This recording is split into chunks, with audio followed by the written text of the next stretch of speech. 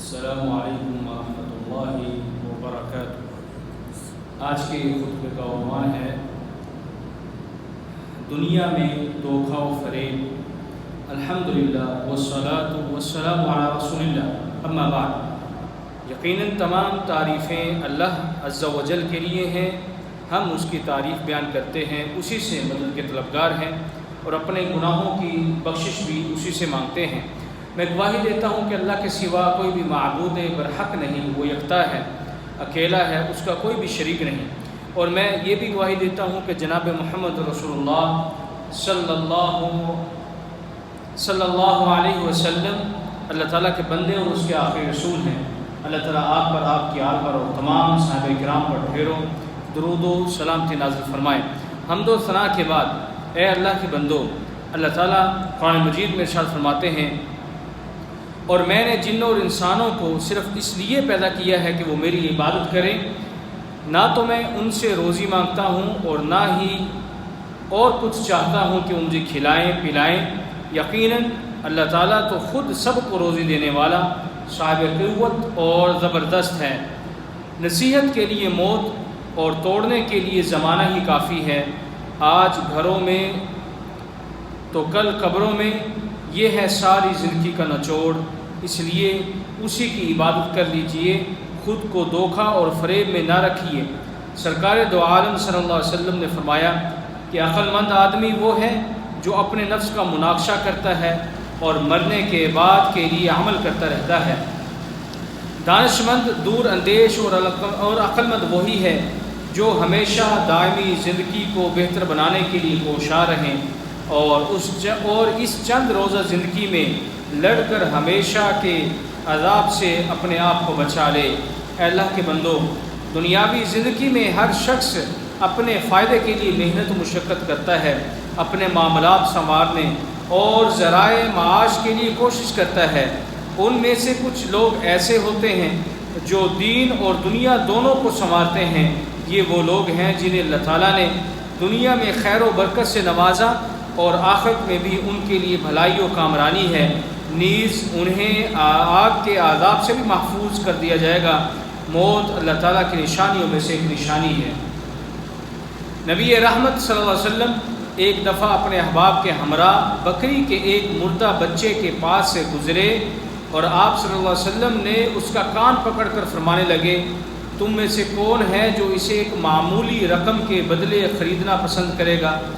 تو صحابہ نے عرض کیا، اے اللہ کے رسول، ہم تو اسے مفت بھی نہ لینا چاہیں، یہ ہمارے کس کام کا ہے؟ آپ صلی اللہ علیہ وسلم نے پھر دوبارہ پوچھا تو انہوں نے عرض کیا کہ اللہ کی قسم اگر یہ زندہ بھی ہوتا تو بھی یہ عیب دار تھا، اس کے کان چھوٹے ہیں۔ تو پھر رحمت عالم صلی اللہ علیہ وسلم نے ارشاد فرمایا، اللہ کی قسم، اللہ کے نزدیک دنیا اس سے بھی زیادہ حقیر ہے، اور فرمایا آخرت کے مقابلے میں دنیا کی مثال ایسی ہے جیسے کوئی سمندر میں اپنی انگلی ڈبوئے اور پھر دیکھے کہ اس کے ساتھ کس قدر پانی آتا ہے۔ دنیا کی حیثیت آخرت کے مقابلے میں ایسی ہے جیسا کہ انگلی کے ساتھ لگے ہوئے پانی کے چند قطرے کی سمندر کے مقابلے میں ہے۔ رسول اللہ صلی اللہ علیہ وسلم نے ارشاد فرمایا، دنیا میں اس طرح رہو جیسے تم ایک راہ چلتے مسافر ہو یا کسی منزل کے راہی۔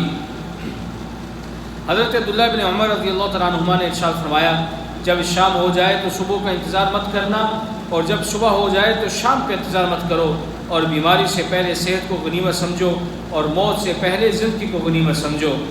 اے اللہ کے بندو، زندگی ایک سفر ہے اور انسان عالم بقا کی طرف رواں دواں ہے۔ رسول اللہ صلی اللہ علیہ وسلم نے ارشاد فرمایا، دنیا آخرت کی کھیتی ہے، یعنی دنیا میں ایمان و عمل کی جو فصل کاشت کرو گے آخرت میں اسی کا پھل ملے گا۔ اسلام دنیا سے لا تعلقی اور مردم بیزاری کی تعلیم ہرگز نہیں دیتا۔ اسلام تو وہ دین ہے جس نے رہبانیت کی نفی کی، اور رسول اللہ صلی اللہ علیہ وسلم نے ایک بھرپور عملی زندگی گزاری، زندگی کے تمام شعبوں کے لیے خود اپنی سیرت طیبہ سے عملی نمونے فراہم کیے۔ اسلام تو یہ چاہتا ہے کہ اسلام معاشرے میں فعال کردار ادا کرے۔ اے اللہ کے بندو، حقیقی سعادت مندی یہ ہے کہ انسان کا خاتمہ اچھائی پر ہو۔ فرمانے والی تعالیٰ ہے، اور آپ دنیاوی زندگی میں زیب و زینت کی ان چیزوں کی طرف حیرت و تعجب کی نگاہ نہ فرمائیں جو ہم نے دنیا داروں کے بعض طبقات کو عارضی لطف اندوزی کے لیے دے رکھی ہیں، تاکہ ہم ان ہی چیزوں میں ان کے لیے فتنہ پیدا کر دیں، اور آپ کے رب کی اخروی عطا بہتر اور ہمیشہ باقی رہنے والی ہے۔ اگر اللہ تعالیٰ کے ہاں اس دنیاوی مال و زر کی ذرہ بھی کی قدر و قیمت ہوتی تو اللہ تعالیٰ کافر کو ایک گھونٹ پانی کا بھی اس دنیا کے اندر نصیب نہ فرماتے۔ کافر دنیاوی نعمتوں سے کیوں مالا مال ہیں؟ کیونکہ اللہ کے ہاں ان چیزوں کی کوئی حیثیت ہی نہیں کہ اللہ ان کی بنیاد پر اپنے دوستوں اور دشمنوں میں فرق کریں۔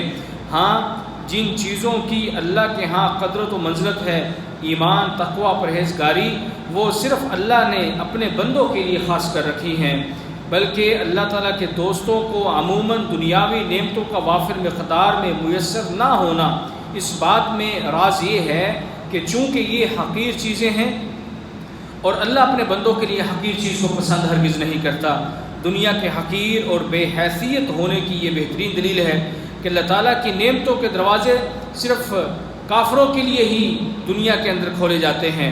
اے لوگو، اپنے رب سے ڈرو اور اس دن سے ڈرو جس دن کوئی باپ اپنے بیٹے کی طرف سے بدلہ نہیں دے سکے گا اور نہ کوئی ایسا فرزند ہوگا جو اپنے والد کی طرف سے کچھ بھی بدلہ دینے والا ہو۔ بے شک اللہ کا وعدہ سچا ہے، سو دنیا کی زندگی تمہیں ہرگز دھوکے میں نہ ڈالے اور نہ ہی فریب دینے والا شیطان تمہیں اس کے بارے میں دھوکے میں ڈالے، کیونکہ ایک بار دھوکے میں حضرت آدم علیہ السلام کو ڈالا تھا اور انہیں جنت سے نکلوایا تھا۔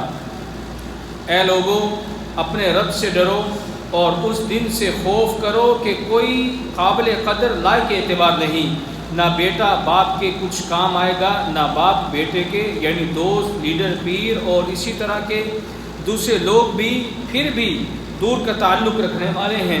دنیا میں قریب ترین تعلق اگر کوئی ہے تو وہ اولاد اور ماں باپ کا ہے، مگر وہاں حالت یہ ہوگی کہ بیٹا پکڑا گیا تو باپ آگے بڑھ کر یہ نہیں کہے گا کہ اس کے گناہ میں مجھے پکڑ لیا جائے، اور باپ کی شامت آ رہی ہو تو بیٹے میں یہ کہنے کی ہمت و شکت نہیں ہوگی کہ اس کے بدلے میں مجھے جہنم میں بھیج دیا جائے۔ اس حالت میں یہ توقع کرنے کی کیا گنجائش باقی رہ جاتی ہے کہ کوئی دوسرا شخص وہاں کسی کے کام آئے گا؟ لہذا نادان ہے وہ شخص جو دنیا میں دوسروں کی خاطر اپنی عاقبت خراب کرتا ہے یا کسی کے بھروسے پر گمراہی اور گناہ کا راستہ اختیار کرتا ہے۔ دنیاوی زندگی کے معاملات میں ماں باپ کی خدمت کرنا تو بے شک ہے، مگر دین و اعتقاد کے معاملے میں ماں باپ کے کہنے پر گمراہی قبول کر لینا ہی ہرگز صحیح نہیں ہے، ہرگز صحیح نہیں ہے۔ اے اللہ کے بندو، دنیا کی چند روزہ عیش و عشرت والی زندگی انسانوں کے مابین مختلف قسم کی غلط فہمیوں میں مبتلا کر دیتی ہے۔ کوئی یہ سمجھتا ہے کہ جینا اور مرنا جو کچھ ہے بس اسی دنیا میں ہے، اس کے بعد کوئی دوسری زندگی نہیں ہے، لہذا جتنا کچھ بھی تم کر سکتے ہو بس یہاں کر لو۔ کوئی اپنی دولت اور طاقت اور خوشحالی کے نشے میں بدمست ہو کر اپنی موت کو بھول چکا ہے اور اس خام خیالی میں مبتلا ہو چکا ہے کہ اس کا عیش اور اس کا اقتدار لازوال ہے، یعنی ہمیشہ رہے گا۔ کوئی اخلاقی اور روحانی مقاصد کو فراموش کر کے صرف مادی فوائد اور لذتوں کو مقصود بالذات سمجھ لیتا ہے اور معیار زندگی کی بلندی کے سوا کسی دوسرے مقصد کو وہ کوئی اہمیت نہیں دیتا، خواہ نتیجے میں اس کا معیار آدمیت کتنا ہی پست ہوتا چلا جائے۔ کوئی یہ خیال کرتا ہے کہ دنیاوی زندگی، دنیاوی خوشحالی ہی حق و باطل کا اصل معیار ہے، ہر وہ طبقہ حق ہے جس پر چل کر یہ نتیجہ حاصل ہو، اور اس کے برعکس جو کچھ بھی ہے وہ سب کچھ باطل ہے۔ کوئی اسی خوشحالی کو مقبول بارگاہ الہی ہونے کی علامت سمجھتا ہے اور یہ قاعدہ اور کلیہ بنا کر بیٹھ جاتا ہے کہ جس کی دنیا خوب بن رہی ہے، خواہ کیسے ہی طریقوں سے بنے، وہ خدا کا محبوب ہے، اور جس کی دنیا خراب ہے، چاہے وہ حق پسندی اور راست بازی ہی کی بدولت خراب ہو، اس کی عاقبت بھی خراب ہے۔ اے اللہ کے بندو، ایسی غلط فہمیوں کو اللہ تعالیٰ نے دنیاوی زندگی کے دھوکے سے تعبیر کیا ہے۔ الغرور، دھوکے باز سے مراد شیطان بھی ہو سکتا ہے، کوئی انسان یا انسانوں کا کوئی گروہ بھی ہو سکتا ہے، انسان کا اپنا نفس بھی ہو سکتا ہے، اور کوئی دوسری چیز بھی ہو سکتی ہے۔ جس انسان نے، جس شخص نے خاص طور پر جس ذریعے سے بھی وہ اصل فریب کھایا ہو، جس کے اثر سے اس کی زندگی کا رخ صحیح سمت سے غلط سمت میں مڑ گیا ہو، وہی اس کے لیے الغرور ہے۔ اللہ کے معاملے میں دھوکہ دینے کے الفاظ بھی بہت وسیع ہیں، جن میں بے شمار مختلف قسم کے دھوکے آ جاتے ہیں۔ کسی کو اس کا دھوکے باز یہ یقین دلاتا ہے کہ خدا سرے سے ہے ہی نہیں، کسی کو یہ سمجھاتا ہے کہ خدا اس دنیا کو بنا کر الگ تھلگ ہو جا کر بیٹھ گیا ہے اور اب یہ دنیا بندوں کے حوالے ہے۔ کسی کو اس غلط فہمی میں وہ مبتلا کرتا ہے کہ خدا کے کچھ پیارے ایسے ہیں جن کا تقرب حاصل کر لو تو جو کچھ بھی تم چاہو کرتے رہو، بخشش تمہاری یقینی ہے۔ کسی کو یہ دھوکے میں مبتلا کر دیتا ہے کہ خدا تو معاف کرنے والا ہے، تم گناہ کرتے چلو، وہ تو بخشتا چلا جائے گا۔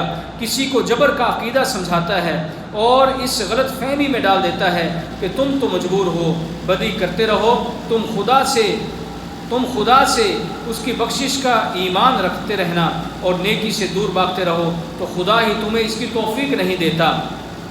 اس طرح کے نامعلوم کتنے دھوکے ہیں جو انسان خدا کے بارے میں کھا جاتا ہے، اور اگر تجزیہ کر کے دیکھا جائے تو آخرکار تمام گمراہیوں اور گناہوں اور جرائم کا بنیادی سبب یہی نکلتا ہے کہ انسان نے خدا کے بارے میں کوئی نہ کوئی دھوکہ کھایا ہوا ہے، تب ہی اس سے کسی اعتقادی دلالت یا اخلاقی بے راہ روی کا صدور ہوتا ہے۔